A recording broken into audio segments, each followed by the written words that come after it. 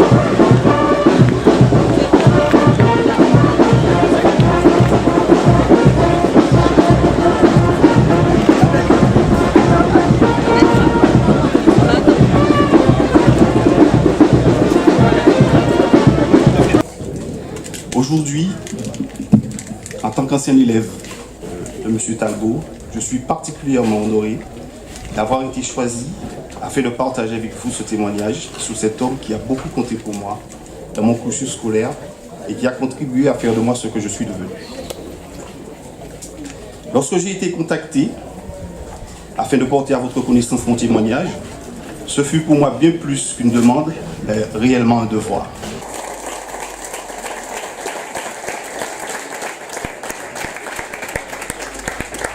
Est-ce que ce n'est pas des moments comme ça qui manquent à la société guadeloupéenne? On les applaudit encore une fois.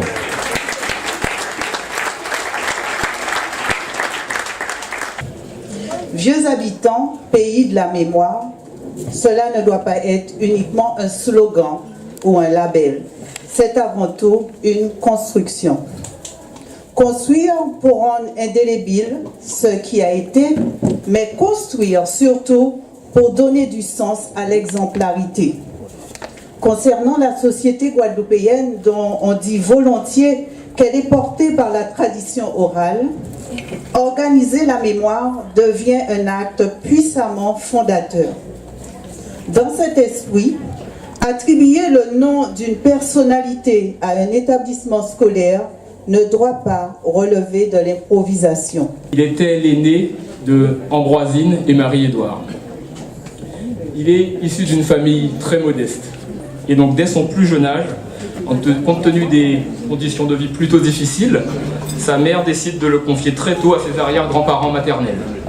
Elle le confie à ses arrière-grands-parents, mais elle n'est jamais très loin. Elle veille au grain parce qu'elle a toujours voulu que ses enfants soient élevés dans la droiture. Représentant du directeur d'académie, monsieur le représentant du président du conseil régional, madame la représentante du président, de madame la présidente du conseil départemental, en même temps représentante de la présidente de la CASDT, si elle ne me trompe pas, monsieur le maire Aramis Arbo et son équipe municipale, messieurs et mesdames les chefs des divinités des différentes communes, mesdames, messieurs les invités en vos grades de qualité. Vous comprenez aisément, je l'espère, l'émotion qui est la mienne en ce jour particulier. Je vous avoue en toute humilité que je ne m'attendais nullement à ce que l'hommage me soit rendu de surcroît de mon vivant. Puisque tout ou presque a été dit à mon sujet, je veux juste vous faire partager la joie immense et la fierté intense dont mon cœur déborde aujourd'hui. Je ne crois pas pouvoir trouver de mots assez forts pour exprimer ma reconnaissance et ma profonde gratitude envers tous ceux qui ont été à l'origine de cet événement. Tout au long de ma carrière professionnelle, elle a duré 28 ans. Durant ma vie politique comme dans ma vie familiale, je crois avoir toujours donné le meilleur de moi-même avec les compétences qui étaient les miennes. Comme tout un chacun, il m'est arrivé d'avoir des moments de doute, d'inquiétude, voire d'angoisse. Mais j'ai toujours su les transcender et garder mon équilibre. Lorsque les difficultés apparaissaient, Je prenais le temps de les appréhender avec justesse pour mieux arriver à les contourner. Comme la plupart, j'ai subi les échecs, mais j'en ai toujours profité pour retenir des leçons et aller de l'avant. Car réussir dans la vie, ce n'est pas ne jamais tomber, mais c'est pour pouvoir se relever après chaque lutte. Tous, nous le savons, la vie n'est pas un fleuve tranquille. J'y ai peut-être quelquefois navigué à vue, mais à l'approche des rapides, j'ai su manœuvrer habilement pour que ma barque ne soit pas engloutie par les flots.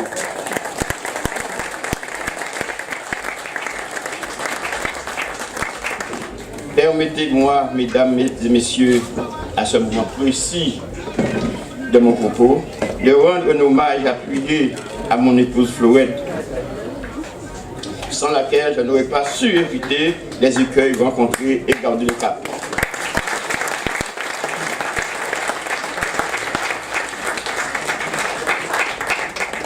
Depuis 46 ans, elle a toujours été à mes côtés pour m'épauler, me soutenir, me seconder et m'encourager. Florette, je te dis merci.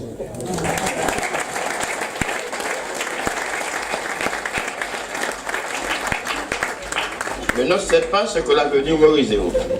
De toute manière, comme le disait Alexandre Dumas, la seule chose dont on soit sûr concernant l'avenir, c'est qu'il n'est jamais conforme à nos prévisions. Je ne sais donc pas ce qui m'attend, mais je crois pouvoir dire, en plagiant la grande Edith Piaf, non, je ne regrette rien.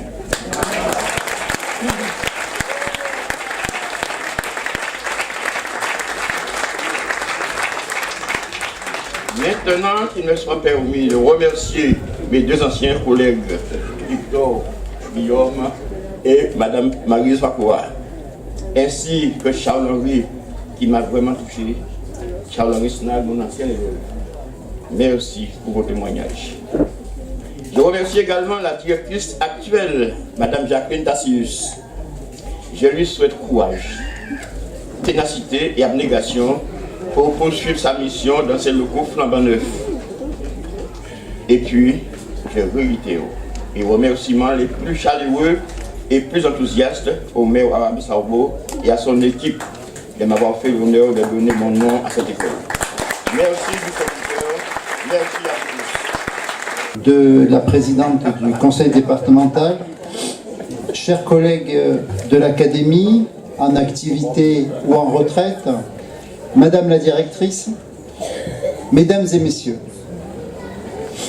pour un responsable de l'éducation nationale, participer à l'inauguration d'un nouveau groupe scolaire conforte l'espérance qui est la sienne de voir chaque jour l'éducation, la connaissance, la culture élever des murailles infranchissables contre les maux de la société que sont les inégalités sociales, les excès d'un trop grand individualisme, la violence. Nul doute que dans un bâti harmonieux et fonctionnel comme nous le découvrons, les professeurs pourront exercer leur mission au profit des élèves dans les meilleures conditions. Bonjour, je m'appelle Jacqueline Tassius, je suis la directrice de l'école du Bourg de Vieux Habitants et cette école nouvelle qui vient d'être inaugurée au nom de M. Parfait Talbot. Je suis très heureuse que j'ai pu, avec les élèves, avec les parents, rentrer dans cette école parce qu'elle répond désormais aux normes parasismiques et même anticycloniques. Et de ce fait, les parents se sentent encore plus sécurisés.